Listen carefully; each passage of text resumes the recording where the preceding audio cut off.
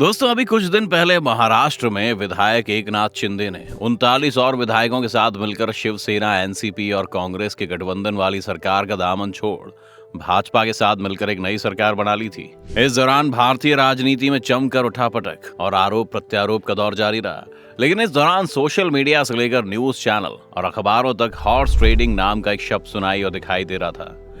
लेकिन अब आप सोच रहे होंगे कि सरकार गिराने और बनाने से इस हॉर्स ट्रेडिंग शब्द का भला क्या मतलब हो सकता है। तो आपको बता दें कि आज पुराने समय में घोड़ों की तरह ही विधायकों को खरीदने के लिए टैक्टिक्स का यूज किया जाता है। चलिए जानते हैं शब्द आया कहां से और इसकी शुरुआत कैसे हुई। जब भी किसी स्टेट में कोई सरकार सत्ता में होती है और उसे अपने मैंडेट जाने का डर सताने लगता है, तब विधायकों को कहीं दूर होटल में रखने का दौर शुरू हो जाता है, क्योंकि ये सरकारें अपने विधायकों को पार्टी में रोकने और सरकार बनाए रखने के लिए जरूरी मैंडेट नहीं गंवाना चाहती हैं। और इसके लिए इन पार्टियों के नेता तरह तरह के पैंतरे आजमाने से भी बाज नहीं आते हैं। तो अब आप समझ ही चुके होंगे कि हॉर्स ट्रेडिंग तब की जाती है जब किसी पार्टी को सरकार बनाने के लिए बहुमत ना मिला हो। ऐसे में उसे बहुमत साबित करने के लिए पार्टी के बाहर से विधायकों की दरकार होती है। ये उसे निर्दलीय या किसी पार्टी से भी खरीद सकते हैं। वैसे हारी बाजी को जीतने के लिए अक्सर ज्यादातर पार्टियां ऐसी कोशिश करने से भी पीछे नहीं हटती हैं।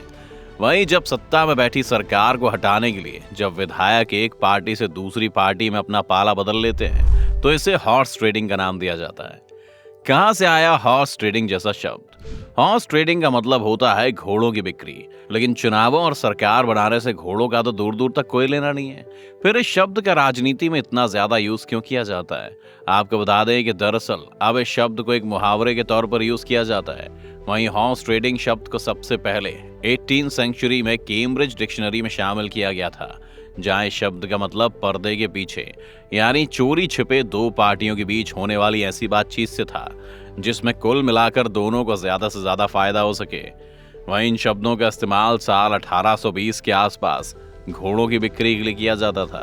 तब घोड़ों के व्यापारी अच्छी नस्ल के घोड़ों को खरीदने के लिए तरह तरह के जुगाड़ किया करते थे ताकि उन्हें उनकी पसंद का दमदार घोड़ा मिल सके। इसलिए अच्छी कीमत पाने के लिए घोड़ों को एक जगह से खोलकर दूसरी जगह छिपा दिया जाता था। फिर पैसों के लेन देन के दम पर पहले खूब सौदेबाजी होती थी और फिर उन्हें बेच दिया जाता था। आसान भाषा में कहें तो कारोबारी अपने घोड़ों की खरीद फरोख्त के लिए जो अलग अलग तरीके अपनाते थे उसे हॉर्स ट्रेडिंग कहा जाता था। बाद में इस शब्द का इस्तेमाल पॉलिटिक्स में होने लगा। आप जानते हैं कि राजनीति तक ये शब्द कैसे पहुंचा। कहा जाता है कि भारतीय राजनीति में हॉर्स ट्रेडिंग 1967 से चल रही है, लेकिन तब इसे किसी और नाम से जाना जाता था। वही बात करें साल 1967 की, तो अक्टूबर के महीने में हरियाणा के एक विधायक गयालाल ने 15 दिनों के अंदर एक नहीं दो नहीं बल्कि तीन बार पार्टियां बदली। लेकिन वहीं जब वो आखिरकार तीसरी बार कांग्रेस में ही लौट कर आ गए तो कांग्रेस नेता बीरेंद्र सिंह ने एक प्रेस कॉन्फ्रेंस में कहा कि गया राम अब आया राम बन गए हैं। उस दौर में आया राम गया राम की राजनीति देश में काफी पॉपुलर हो चुकी थी। वैसे इस मौका परस्ती के कल्चर को बंद करने के लिए 1985 में 52वां कॉन्स्टिट्यूशन अमेंडमेंट किया गया था। इसे कॉन्स्टिट्यूशन के 10वें शेड्यूल में जोड़ा गया था, जिससे कि पार्टी छोड़कर भागने के इस कल्चर पर काबू पाया जा सके। इस अमेंडमेंट में पार्टी बदलने वाले विधायकों को अपने पद से सस्पेंड किए जाने का भी प्रोविजन रखा गया था। हालांकि कुछ लोग इसे चाणक्य नीति मानकर इसे राजनीति का जरूरी हिस्सा मानते हैं, क्योंकि यही राजनीतिक उठापटक इसे दिलचस्प बनाती है। वो कहते हैं कि ये तरीका राजनीतिक कम और कूटनीतिक ज्यादा है। चलिए बात करते हैं कब हॉर्स ट्रेडिंग के एग्जाम्पल हमें देखने को मिले हैं। महाराष्ट्र में हाल ही में दिखा था हॉर्स ट्रेडिंग का नमूना। इसकी शुरुआत तब हुई जब शिवसेना के बागी विधायक मुंबई छोड़कर गुवाहाटी के एक होटल पहुंचने लगे। इसके बाद हर जगह बस इसी बात के चर्चे थे कि क्या शिवसेना, कांग्रेस और एनसीपी के गठबंधन वाली सरकार सत्ता से बेदखल हो सकती है। कुछ दिन तक चले ड्रामे के बाद ये साफ हो गया कि भाजपा ने एक बार फिर हॉर्स ट्रेडिंग का एग्जाम्पल पेश कर दिया है। आपको बता दें कि गुवाहाटी के जिस रेडिसन ब्लू होटल में ये सभी विधायक रुके थे, वहां पहले ही 70 कमरे बुक किए गए थे और यहाँ इन सभी के एक दिन ठहरने का खर्चा 8 लाख से ज्यादा था। आप समझ सकते हैं कि सरकार बनाने से पहले इन पर मोटी रकम पानी की तरफ बहाई जा रही थी। वैसे मीडिया रिपोर्ट्स की माने तो मुख्यमंत्री बने एकनाथ शिंदे की लीडरशिप में इन सभी को 50 करोड़ रुपए के अलावा कई बड़े पद दिए गए। हालांकि ये मामला बढ़ते बढ़ते सुप्रीम कोर्ट तक पहुंच गया, जहां जजों ने फ्लोर टेस्ट कराने का आदेश दिया था। आपको बता दें कि फ्लोर टेस्ट विधानसभा में ये जानने के लिए किया जाता है कि जो पार्टी सरकार बनाने का दावा कर रही है उसके पास बहुमत है भी या नहीं। वहीं फ्लोर टेस्ट का आदेश आने से पहले ही उद्धव ठाकरे मुख्यमंत्री के पद से इस्तीफा दे चुके थे।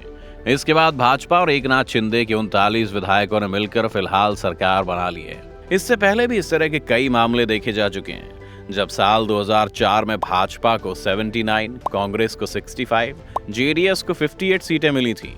इसके बाद जेडीएस और कांग्रेस ने मिलकर गठबंधन की सरकार बनाई थी, जो सिर्फ 20 महीने चल पाई, क्योंकि इसके बाद भाजपा ने हॉर्स ट्रेडिंग कर कई विधायकों को अपनी पार्टी में मिलाकर सरकार बना ली थी।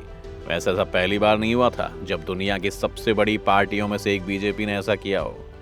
ऐसा एक बार फिर कर्नाटका में ही साल 2018 में देखने को मिला, जब भाजपा को 104 और कांग्रेस को 78 सीटों पर जनता का समर्थन मिला।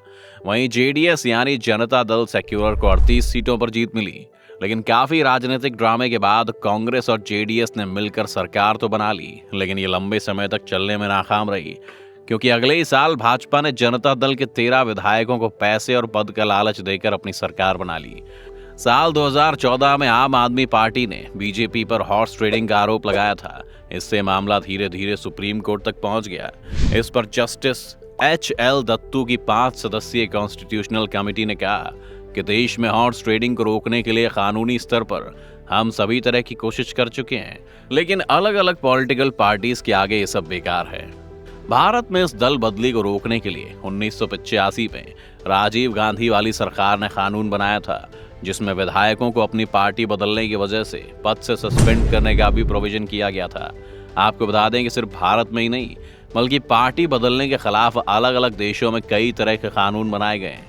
इन देशों में बांग्लादेश, दक्षिण अफ्रीका और कीनिया जैसे डेवलपिंग कंट्री शामिल हैं।